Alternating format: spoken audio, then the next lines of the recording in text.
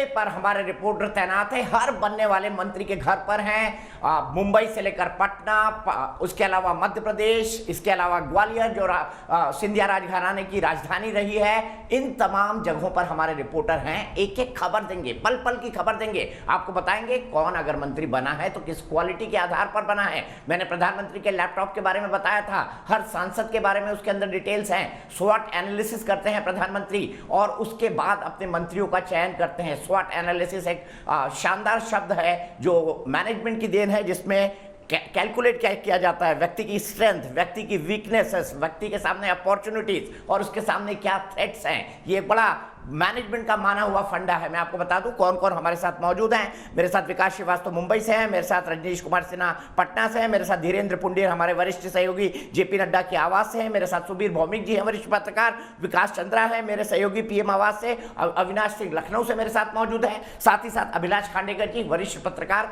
वो भी मेरे साथ मौजूद हैं। सबसे पहले चलते हैं सुबीर भौमिक जी के पास। भौमिक साहब, इस एक्सरसाइज को आप प्रधानमंत्री की कैसे देखते हैं? क्या हाल ही के दिनों में डगमगाई थी कोरोना की दूसरी लहर के बाद सरकार, काफी आलोचना हुई थी कि आप कोरोना काल में पब्लिक रैली कर रहे थे, इमेज में कवर कर पाएगी मोदी सरकार एक सबसे युवा मंत्रिमंडल बनाकर, एवरेज एज कम करके?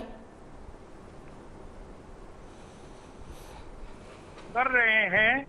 इसमें इनका 3 ऑब्जेक्टिव है, मैं मानता हूं। एक तो है कि कुछ क्षेत्र से जहां से रिप्रेजेंटेशन केंद्रीय मंत्रिमंडल में नहीं है वहां से लोग हाजिर करना चाहते हैं ताकि एक टेरिटोरियल रिप्रेजेंटेशन का जो कॉन्सेप्ट है वो बरकरार रहे और बीजेपी का झंडा जो है वो देश के कोने कोने तक ये मंत्रियों के द्वारा लाया जाए।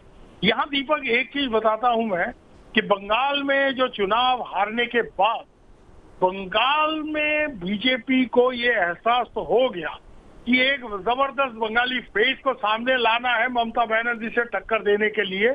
मोदी अमित शाह के नाम पर चुनाव लड़के यहाँ जीत नहीं सकते।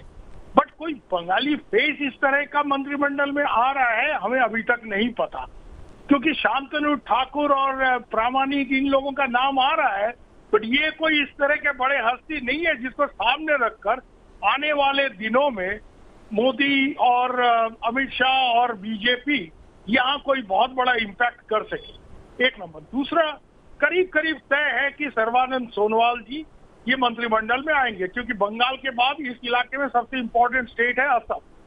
असम में हिमंत विश्व शर्मा चीफ मिनिस्टर बने हैं। अंडरस्टैंडिंग था कि सर्बानंद सोनोवाल जिनका टर्म भी काफी ठीक ठाक ही था और जबरदस्त कोई परफॉर्मेंस नहीं था, बट कोई बहुत बड़ा गड़बड़ भी नहीं हुआ, तो उस तहत सोनोवाल जी पहले भी रह चुके हैं स्पोर्ट्स मिनिस्टर दिल्ली में, वो दिल्ली में वापस जाएंगे क्योंकि नॉर्थ ईस्ट का एक फेस वहां होना जरूरी है। तो सोनोवाल का आना लगभग तय है, हम मानते हैं। अब उनको क्या पोर्टफोलियो दिया जाता है, क्योंकि आज तक हमने देखा है ज्यादातर नॉर्थ ईस्ट के पॉलिटिशियंस जब दिल्ली गए हैं तो नॉर्थ ईस्ट का जो डोनर मिनिस्ट्री है, उम्मीद यही जताया जाता है कि डोनर मिनिस्ट्री के चार्ज में नॉर्थ ईस्ट का कोई रहेगा, बट ऐसा हुआ नहीं।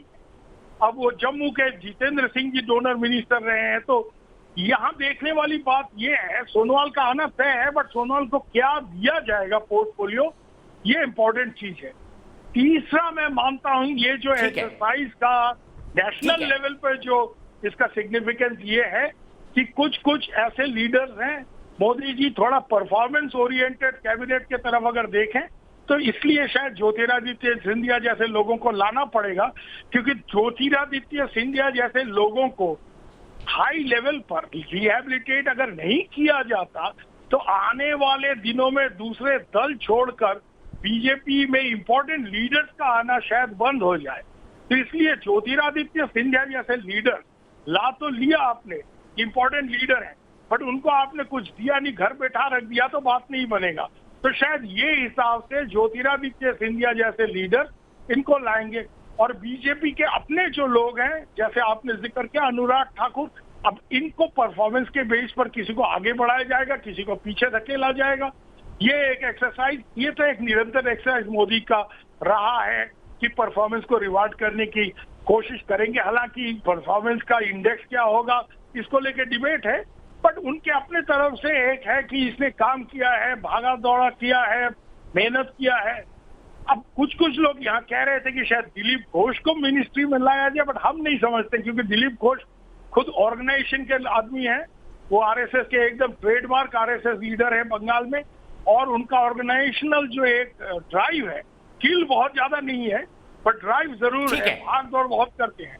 तो इसलिए हम समझते हैं कि ये 3-4 कंसिडरेशन है, टेरिटोरियल रिप्रेजेंटेशन, थोड़ा बहुत परफॉर्मेंस और थोड़ा बहुत कास्ट वगैरह, बैकवर्ड फॉरवर्ड, ये सब हिसाब किताब इनका रहेगा।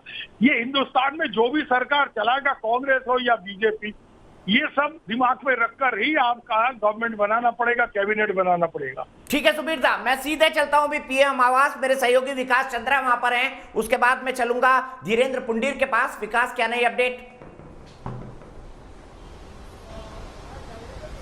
जी, अभी भी लगातार प्रधानमंत्री के यहाँ लोगों के आने का सिलसिला जारी है। हम अपने सहयोगी से दिखाएंगे कि बाहर की जो स्थिति है, बिल्कुल जब यहाँ की पार्किंग भर गई है, तब दूसरी तरफ लोग जो अतिथि आ रहे हैं, जिनको बुलाया गया है, उनकी गाड़ियाँ लग रही हैं।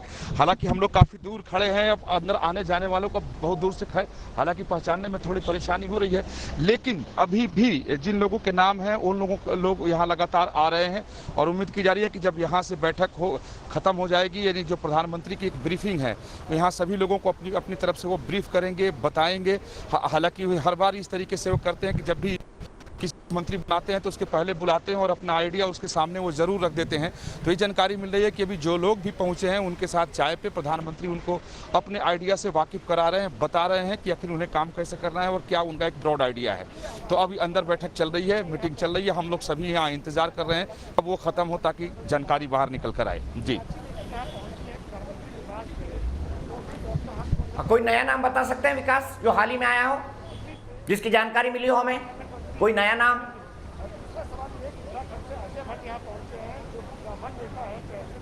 जी, अभी जितने लोग अभी यहाँ पहुँचे हैं वो लोग तो अंदर खई है। अभी जो जितने नामों पे कयास लगाए जा रहे थे उन्हीं नाम, अब एक नाम यहाँ अभी जो कयास लगाए जा रहे हैं उनके पहुँचने की बात कही जा रही है, वो है बिहार के सुशील मोदी। हालांकि अभी भी संशय और असमंजस उनके ऊपर बरकरार है, लेकिन अभी जो जानकारी आ रही है कि सुशील मोदी भी यहाँ पहुँच सकते हैं। तो अब देखना है कि वो यहाँ पर पहुँचते हैं या नहीं पहुँचते हैं, क्योंकि काफ़ी लंबे समय से उनके नामों पर अटकलें लगाई जा रही थी। जी ठीक है, सीधे धीरेन्द्र के पास चलते हैं। धीरेन्द्र, पुरुषोत्तम रूपाला पहुंचे हैं, पटेल समुदाय से आते हैं, पार्टी के अध्यक्ष रहे गुजरात में, तो गुजरात चुनाव पर अभी से नजर। देखिए, जिस तरह से आपने देखा होगा आम आदमी पार्टी से लेकर तमाम विपक्षी पार्टियां इस समय ये क्रिएट करने की कोशिश कर रहे हैं कि 2023 में जब वो लोग वहाँ चुनाव में लड़ेंगे 2022 में, तो उस समय उनके सामने कुछ ना कुछ चुनौती वो खड़ी कर सके, क्योंकि कोरोना के मामले को लेकर हमने अलग अलग स्टेट्स में अलग अलग इम्पैक्ट देखा है दीपक जी। उसके लिए जिस तरह का सवाल खड़ा किया जा रहा है, और वहाँ भी अगर हम देखते हैं गुजरात को लेकर, तो गुजरात में ये नाम एकदम से जब सामने आया तो लगा कि जैसे मोदी सरकार ने उस स्टेट्स को भी पूरी तरह से देखा, चूँकि वो उनका अपना स्टेट है, वो एक एक चीज़ जानते हैं, उसकी गलियां तक जानते हैं।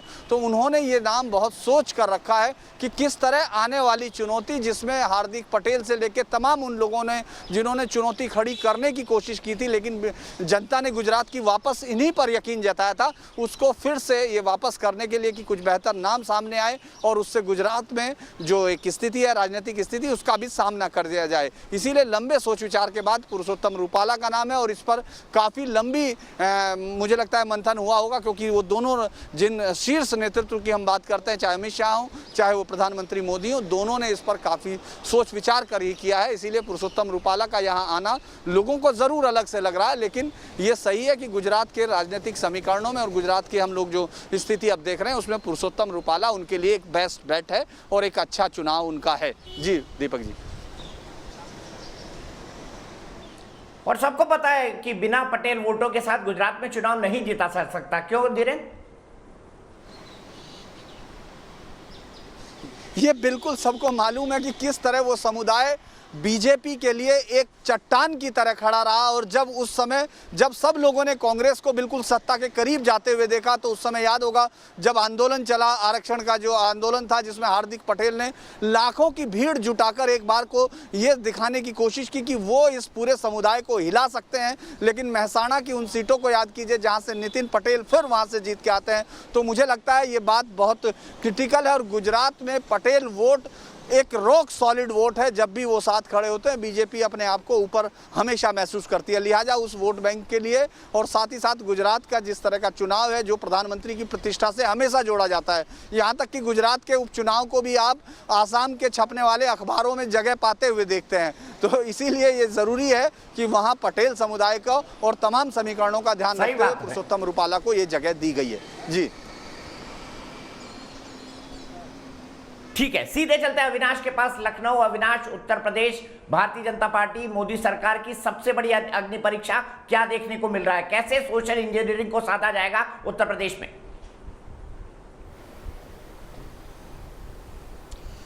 हाँ बिल्कुल दीपक जी, देखिए यूपी के आधा दर्जन से ज़्यादा ऐसे नेता हैं जिनके नामों पर कल से ही चर्चा हो रही है। और देखिए अगर हम बीजेपी के अंदर जो हालिया सियासी उठा पटक रहा है यूपी में उस पर गौर करें और आगामी चुनाव को देखें तो इस बात की पूरी संभावना जताई जा रही है कि जो कैबिनेट का विस्तार होने जा रहा है उसमें यूपी की जो हिस्सेदारी होगी वो सबसे बड़ी होगी। हालांकि जो जातीय समीकरण है, जो क्षेत्रीय समीकरण है और सहयोगियों को साथ लेकर जो चलने की रणनीति है उसको भी भारतीय जनता पार्टी इस विस्तार में साधने की कोशिश करेगी। हालांकि जिन नामों को लेकर चर्चा है उसमें रीता जोशी का नाम सबसे ऊपर आ रहा है, हरीश द्विवेदी जो कि बस्ती के सांसद हैं, प्रवीण निषाद जो भारतीय जनता पार्टी के कोटे से सांसद हैं, संत कबीर नगर से उनका नाम है, अनुप्रिया पटेल का नाम है, एसपी बघेल हैं, रामशंकर कठेरिया हैं, सत्यदेव पचौरी हैं, वरुण गांधी हैं। तो इन नामों को लेकर कल से ही दीपक जी चर्चा हो रही है। हालांकि देखिए अंतिम मुहर जो भाजपा आलाकमान है, प्रधानमंत्री मोदी हैं, उनको लगानी है। लेकिन एक बात तो बिल्कुल तय मानी जा रही है कि जो यूपी से नाम शामिल किए जाएंगे उसमें एक ब्राह्मण चेहरा होगा, एक दलित चेहरा होगा, एक पिछड़ा, ये 3 प्रमुख नाम होंगे। बाकी जो भाजपा की रणनीति है उन रणनीतियों को ध्यान में रखते हुए जो यूपी के नेता हैं उनको जगह दी जाएगी। सहयोगियों की बात करें तो उसमें अनुप्रिया पटेल का नाम सबसे ऊपर है, क्योंकि हाल में आपने देखा कि किस तरीके से अनुप्रिया पटेल की वहां पर मुलाकात हुई और ये बात लगभग साफ हो चुकी थी और कई मौकों पर अनुप्रिया पटेल ने ये जताने की कोशिश की थी कि भाजपा से वो नाराज हैं। संजय निषाद जो कि निषाद पार्टी के मुखिया हैं, हालांकि उनके बेटे प्रवीण निषाद भाजपा के कोटे से ही सांसद हैं, लेकिन लगातार वो प्रेशर पॉलिटिक्स के जरिए भाजपा पर दबाव बनाने की कोशिश कर रहे थे। उन्होंने अभी हाल ही में यहां तक मांग कर दी थी कि जो यूपी का अगला विधानसभा चुनाव होना है उसमें भाजपा उनको बतौर डिप्टी सीएम सामने रखे। तो इन तमाम सियासी समीकरणों को देखते हुए ये माना जा रहा है कि यूपी की जो हिस्सेदारी होगी एक बड़ी हिस्सेदारी होगी इस कैबिनेट विस्तार में, जिसमें जो तमाम समीकरण है वो भी देखने को मिलेंगे। ठीक है, सीधे मैं चलता हूं। इस वक्त मेरे साथ मेरे एक और सहयोगी जुड़े हुए हैं, अविनाश से हमने बात करी। विकास चंद्रा के पास एक बार फिर चलते हैं। विकास, अनुराग ठाकुर के प्रमोशन की बात कही जा रही है, कितनी संभावनाएं हैं? क्योंकि वो खुद पीएम आवास के अंदर हैं और उनके अच्छे काम का इनाम मिल सकता है। जी दीपक जी, देखिए सामान्य तौर पर जब भी कैबिनेट का विस्तार होता है तो उन्हीं लोगों को इस तरीके से बुलाया जाता है जिन्हें शामिल किया जाना होता है, लेकिन जब प्रमोशन करना होता है तब भी बुलाया जाता है। तो जो जानकारी मिल रही है कि अनुराग ठाकुर एक ऐसा नाम है, उसके बाद जी किशन रेड्डी, ये 2 ऐसे युवा चेहरे हैं जिनको इस बार के विस्तार में उनको प्रमोट किया जा सकता है, उनके कद को बढ़ाया जा सकता है। तो अनुराग ठाकुर भी यहाँ पहुंचे हैं और शायद इसीलिए पहुंचे हैं कि उन्हें प्रधानमंत्री की तरफ से बताया जाएगा कि उन्हें प्रमोशन दिया जा रहा है, उन्हें नई जिम्मेदारी भी सौंपी जा रही है। तो इस बात की पूरी उम्मीद जताई जा रही है, क्योंकि जब वो पहुंचे हैं तो इस तरीके से लग रहा है कि प्रधानमंत्री इसीलिए बुलाए होंगे, नहीं तो सिर्फ उन्हीं लोगों को बुलाया जाता है जिन्हें शामिल किया जाता है। हालांकि जी किशन रेड्डी नहीं पहुंचे हैं, लेकिन उनका भी नाम आ रहा है कि उनको भी इस बार प्रमोट किया जा सकता है। जी ठीक है, सीधे चलते हैं हम धीरेन्द्र के पास, क्योंकि एक बड़ी खबर आ रही है और बड़ी खबर यह है कि दलित समुदाय से 12 मंत्री होंगे कैबिनेट के अंदर, जिसमें से कई लोगों को कैबिनेट का पद भी दिया जाएगा। कुल 12 मंत्री 8 राज्यों से बनाए जा रहे हैं इस कैबिनेट विस्तार में। मैं एडिशन करके बता रहा हूं कि अब जो नई कैबिनेट बनेगी उसमें 12 मंत्री दलित समुदाय से होंगे। यह क्या संकेत देता है धीरेन्द्र? देखिए अभी जो एक खबर और भी है, निशीत जी को, शायद निशीत प्रमाणिक को भी बुलाया जा रहा है, इस तरह की एक खबर आ रही है दीपक जी। लेकिन जिस तरह से ये बात लगातार की जा रही है कि ओबीसी और दलित ये इशू अगर हम जब देखते हैं तो इसको हमको उत्तर प्रदेश की राजनीति के साथ कहीं ना कहीं जोड़ना होगा, क्योंकि सबसे बड़ी चुनौती जिसको सेमीफाइनल भी लिखा जा रहा है, अगर हम उसको देखते हैं उत्तर प्रदेश के चुनाव को ये माना जाता है सेमीफाइनल है, क्योंकि बंगाल के चुनाव में जो हुआ उसके बाद तमाम विपक्षी पार्टियों के भी जो मनोबल है वो तमाम लोग अपने आप को उत्तर प्रदेश में आजमाना चाहते हैं। और पिछले कुछ समय से जो उत्तर प्रदेश में हमने देखा उसको लेकर यकीनन बहुत सारे सवालों के बीच में प्रधानमंत्री मोदी को इस रिडल को हल करना होगा, इस पजल को जो उनके सामने ये एक चुनौती जो आई है पूरी बीजेपी के सामने कि उत्तर प्रदेश में किस तरह से जो यादव गठबंधन, यादव और मुस्लिम गठबंधन, साथ ही साथ दलित वोटों का समीकरण, इस सब को साधने के लिए सबसे ज़्यादा ज़रूरी है कि मंत्रिमंडल में ऐसे चेहरों को जगह दी जाए जिनके साथ वो समाज अपने आप को जोड़ता हुआ दिख रहा हो। इसीलिए आप देखेंगे कि इस तरह के चेहरे लोग ज़रूर आएंगे जिनको हम लोग ये मानते हैं कि हाँ, इनका समाज में बहुत गहरा योगदान है।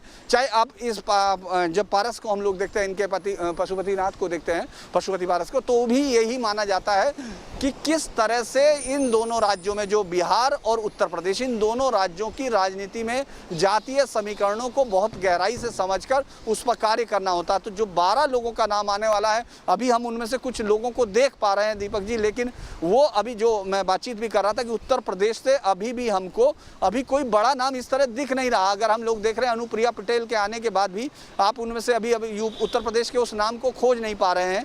हम लोग अभी देख रहे हैं कि अजय भट्ट जरूर आ गए उत्तराखंड से, लेकिन उत्तर प्रदेश के उस ब्राह्मण चेहरे को भी नहीं देख रहे हैं। तो ऐसे में जो सवाल है कि क्या वो 12 चेहरे, दलित चेहरे किस राज्य से आएंगे, अलग अलग राज्यों से आएंगे, यकीनन एक जगह से नहीं है, सब जगह से हैं, लेकिन उत्तर प्रदेश से भी क्या किसी चेहरे की एंट्री होती है, ये सब चीज़ें यकीनन उन तमाम समीकरणों को बताएंगी कि किस तरह से उत्तर प्रदेश को लेकर केंद्रीय भाजपा जो नेतृत्व है वो सोच रहा है। और खुद प्रधानमंत्री मोदी, चूंकि उनकी संसदीय सीट वहाँ है और उत्तर प्रदेश के जो एक चेहरा सबसे बड़ा, हालांकि हम लोग कहते हैं कि योगी आदित्यनाथ हैं, लेकिन अगर आप आज भी हैं तो योगी के साथ पीएम मोदी एक इतना बड़ा चेहरा है उत्तर प्रदेश में, वो यकीनन उसकी एक एक चीज़ को गौर कर रहे होंगे। तो मुझे उम्मीद है कि अब हम कुछ लोगों का जब नाम देखेंगे तो उत्तर प्रदेश के दलित समीकरणों को साधने की कोशिश भी करेगी। अब इंतजार है कि किस चेहरे को बीजेपी वहाँ के लिए अपने मंत्रिमंडल में जगह देती है। तो अभी ये सिर्फ आ रही हैं खबरें, लेकिन मुझे लगता है दीपक जी अब थोड़ी देर बाद चूंकि पूरी तरह से प्रमाणिक लिस्ट आ जाएगी और जो जो अंदर जा रहा है उसमें कोई संदेह नहीं रह जाता, तो इसलिए हमको बस थोड़ा सा इंतजार करना होगा। लेकिन ये बहुत ही बड़े इंडक्शन होगा, 12 दलित चेहरों को शामिल करना, ये एक बड़ा कदम होगा उत्तर प्रदेश के चुनाव को देखते हुए भी। जी, 12 दलित चेहरे 8 अलग अलग राज्यों से मौजूद होंगे। इसमें से कुछ आज शपथ लेंगे, कुछ पहले शपथ ले चुके हैं। जो सबसे बड़े दलित चेहरे थे भारतीय जनता पार्टी के, जो राज्यसभा में नेता भी थे, उनको अब कर्नाटक का राज्यपाल थावरचंद गहलोत जी को बनाकर भेज दिया गया है। सीधे चलते हैं विकास चंद्रा के पास। विकास, मुझे बताइए, सुनीता दुग्गल IAS ऑफिसर रही हैं, दलित चेहरा है, इनको भी जगह दी जा रही है क्या? माफ कीजिएगा, विकास के साथ हमारा कुछ टेक्निकल कारणों से संपर्क नहीं है। हम सीधे चलते हैं रजनीश के पास। रजनीश, पशुपति पारस का मंत्री बनाया जाना, यानी हनुमान ने क्या खुद अयोध्या में आग लगा दी थी? चिराग पासवान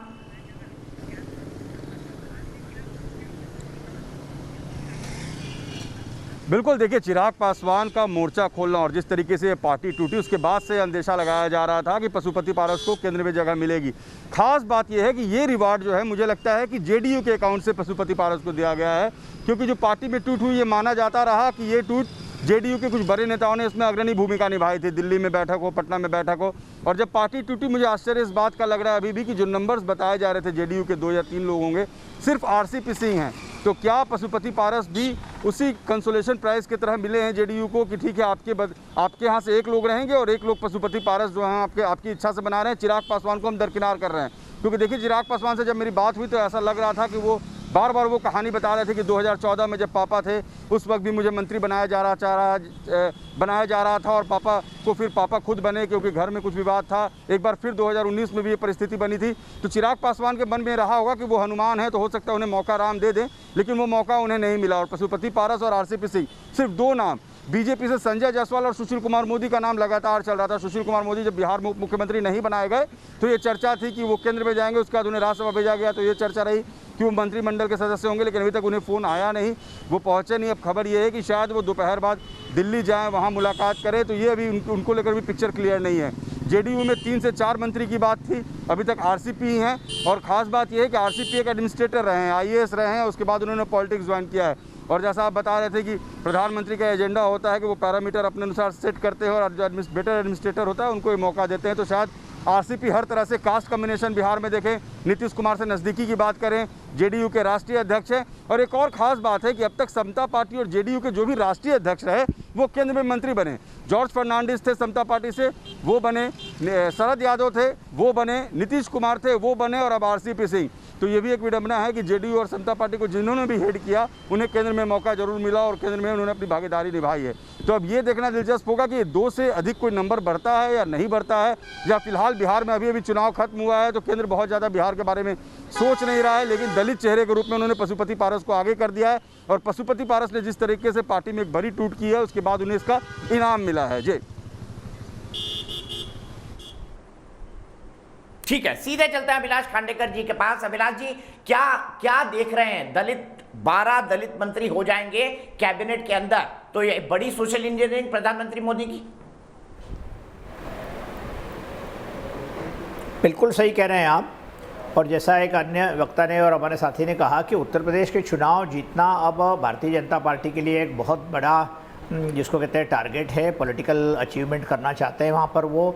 और जिस तरीके से बीच में खबरें आई थी कि मोदी और योगी जी में कुछ खटपट चल रही है, इन सारी चीज़ों को देखते हुए तो आपने बिल्कुल सही फरमाया कि जो सबसे बड़ा दलित चेहरा था जो राज्यसभा में बीजेपी के लीडर थे, अभिलाष जी मैं आपको 1 मिनट रोकूंगा। मैंने कहा था 1 बजे राष्ट्रपति भवन लिस्ट पहुंच जाएगी, 1 बजने वाले हैं और राष्ट्रपति भवन नए मंत्रियों की लिस्ट पहुंच चुकी है। अब औपचारिक नाम खुलकर सामने आएंगे, राष्ट्रपति भवन नए मंत्रियों की लिस्ट पहुंच गई है। अभिलाष जी कंटिन्यू करिए। हम दलित और सोशल इंजीनियरिंग की बात कर रहे थे, खासतौर पर उत्तर प्रदेश के संदर्भ में।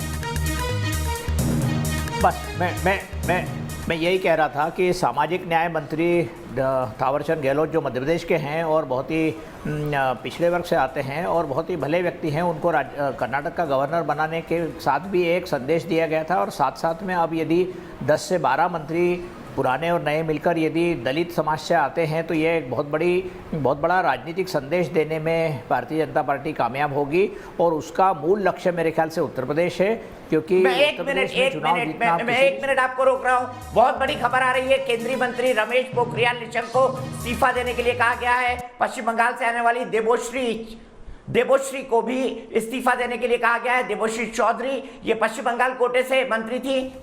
केंद्रीय मंत्री रमेश पोखरियाल निशंक को इस्तीफा देने के लिए कहा गया है। बहुत महत्वपूर्ण मंत्रालय, शिक्षा मंत्रालय वो संभाल रहे थे। और हाल ही में हमने देखा था एजुकेशन को लेकर नई एजुकेशन पॉलिसी का अनाउंसमेंट हुआ है। रमेश पोखरियाल निशंक को इस्तीफा देने के लिए कहा गया है। देबोश्री चौधरी को भी इस्तीफा देने के लिए कहा गया है। सीधे चलते हैं हम धीरेन्द्र पंडित के बाद, सीधे चलते हैं मोहित राज दुबे के पास, पीएम निवास। मोहित, क्या खबर है वहां से?